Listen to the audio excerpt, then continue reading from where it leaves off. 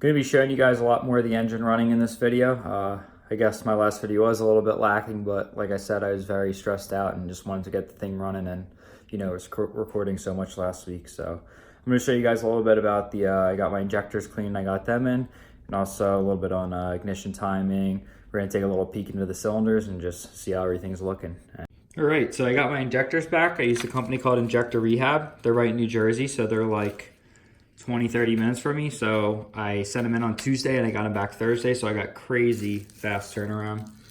And you can see basically they all the same resistance. They were all passing before and after the leak test, but you can see injector 3 didn't have any spray, so that one was clogged, probably stuck shut because of the E85. You know, E85 has been sitting in them. And there was another one that I was having problems with not opening, but I guess that one worked out okay for them. Maybe it freed up on the way, you know, when it was shipping over from having ethanol in it when trying to start it on those injectors and noticing that they were clogged. But you can see they're all up to 2,000. This is done at 2.25 bar. So 3 bars should be about 2,200 cc, and then 2 bars should be about 1,720 cc. So I'm gonna plug those numbers into a calculator and make sure it's all good, but yeah, they look really good. So these are the actual injectors I run. Like I said, Bosch EV14, 2200 cc. There's the part number. And the cool thing about these is they have the EV1 connector instead of the US car EV6 connector. So these plug right into the stock harness and everything. But they do need adapter hats. And here's the adapter hats. They're just convert them from the medium size to the long size EV14. And you can see I also purchased all new O-rings for these. There's the 5th, because, you know, they got kind of beat up. So I'm gonna get all those replaced and everything, and these fit in there nicely, and then we should be all good to go on these, and we can get those stock orange ones out and get some real injectors in this thing and start making some boost. Lift, I just want to check for any leaks or anything. I'm pretty sure there aren't any, but let's double check under here.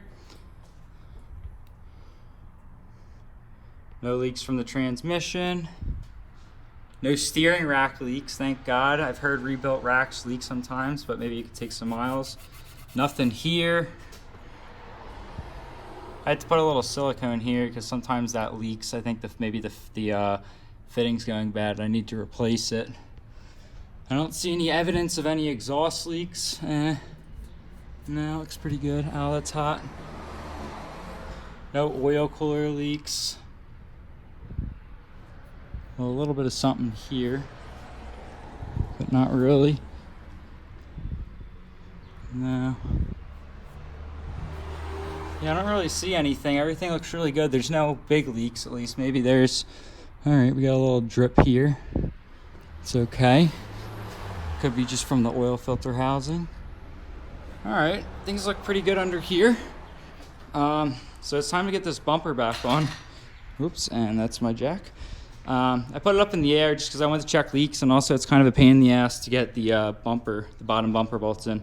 So let's get that put on, and then I'm going to show you guys a little bit starting up, running, show a little bit of the tune, and then I also want to, you know, check a few cylinders on compression. Okay, so we did have a little drip coming from this oil pressure test port. Maybe the machine shop pulled that out to clean the pan better, but I'm just gonna go ahead. I got it pretty tight now, but you can see it's turned a little bit there. So I'm gonna go ahead and torque that thing down. There's just a little drip, a couple droplets over 150 miles coming down, settling here at the pan. And we don't do leaks on these cars, or at least on my cars, I don't do leaks. I don't leave leaks. So I'm gonna get that situated. I don't see any coolant leaks. I really don't see any transmission leaks. So I'm really happy. I always pressure test everything, and, you know, pressure test everything out of the car because it sucks fixing leaks in the car. So I'm gonna go ahead and fix that, and then we'll get the bumper on, and then we'll start looking more into the car running. All right, so we're gonna get her fired up right here, and we're gonna see what she sounds like. Got a Mega Squirt hooked up, and got oil pressure down there in the bottom right. Got AFR, RPM, all the good stuff. So let's get her fired up. You can see it starts up pretty well. Idle's real smooth at about 12-1300.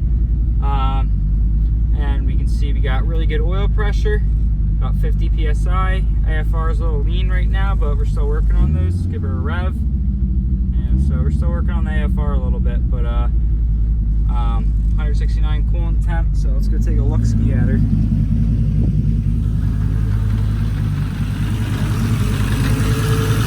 So you might hear a little rattle from the transmission. The M56s are notorious for this. I gotta replace this, it's starting to get kind of gross, but I mean, everything looks great. I put the clamps on here, put the torque mount on, I got everything all buttoned up.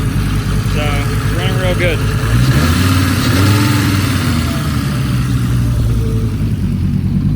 I gotta wash it too, I'm gonna wash it after this. I got my power washer over there. You can see it sells 8308 from when I last drag raced.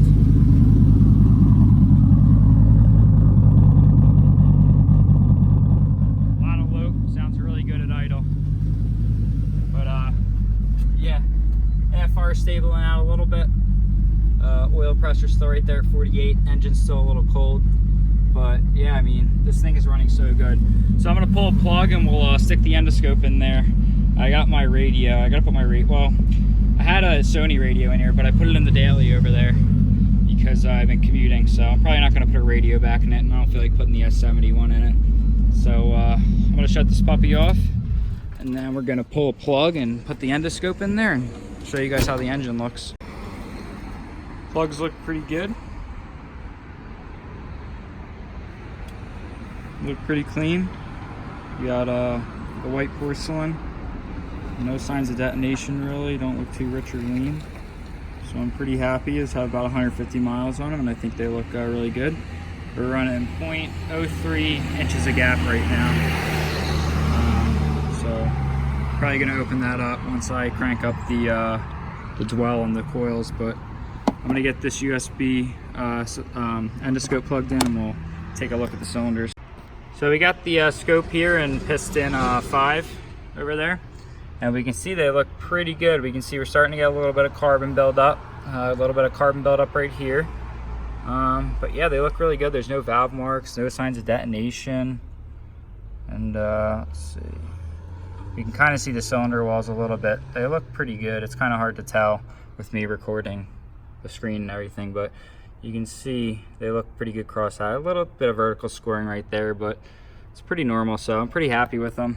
Might do a quick compression test, and then I'm gonna keep breaking this thing in because everything looks excellent. Got her all cleaned up, and damn, this thing is looking awesome. Definitely have to do some paint correction on it. You can see it's getting a little starting to get a little bit of oxidation up here, but it looks really good. Shined up the engine bay a little bit. Definitely looks so awesome.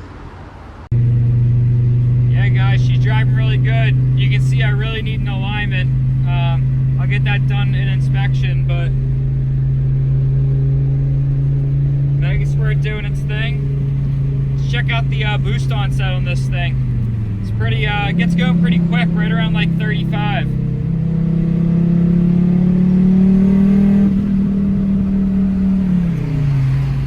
can really hear her get going. This thing's spooling at least like 1500 RPM is faster than the old engine. It's pretty crazy. And this is with no boost solenoid either. Once I get a quick spool set up, this thing's gonna shoot, man. Just rolled over to 250 miles on the new engine. Got all the plugs out, and they look absolutely fantastic. You can see they all pretty much look the same. They look really good. Got the compression tester hooked up, so we're gonna go ahead and compression test all 5 cylinders and make sure they're within, 20 or 30 PSI of each other. So let's go ahead and do that. All right, so I went ahead and pulled the ECU fuse and the fuel pump fuse, so we're not pumping any fuel. So we're gonna go ahead and crank about probably 10 times for each cylinder. We'll see how she looks.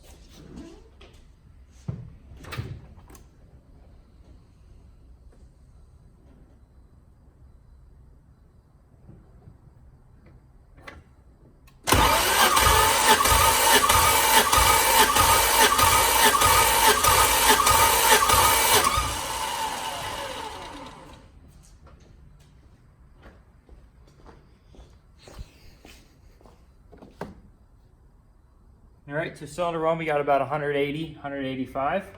Pretty good.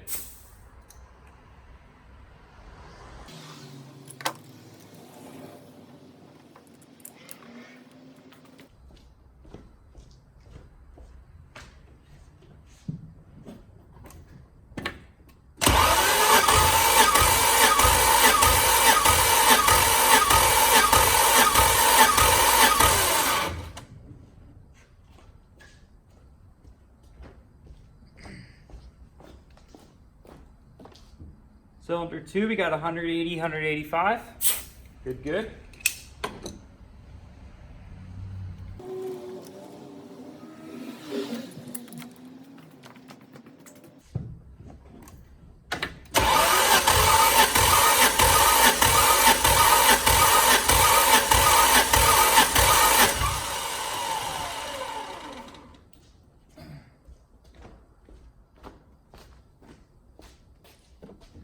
Cylinder 3, we have the exact same, 180, 185. It's very good that we have all three first cylinders, same exact compression.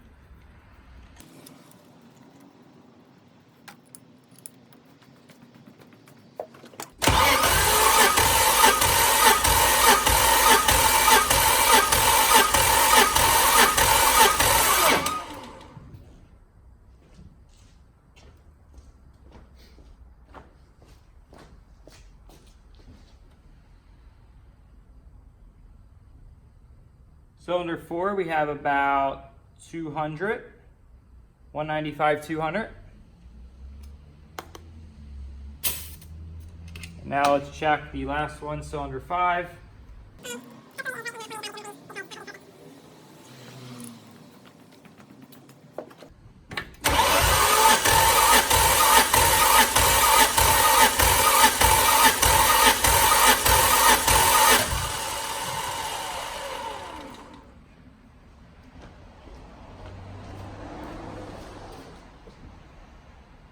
Cylinder 5, we have about 190. So those compression numbers are perfect. We got 185, 185, 185, 200, and 190.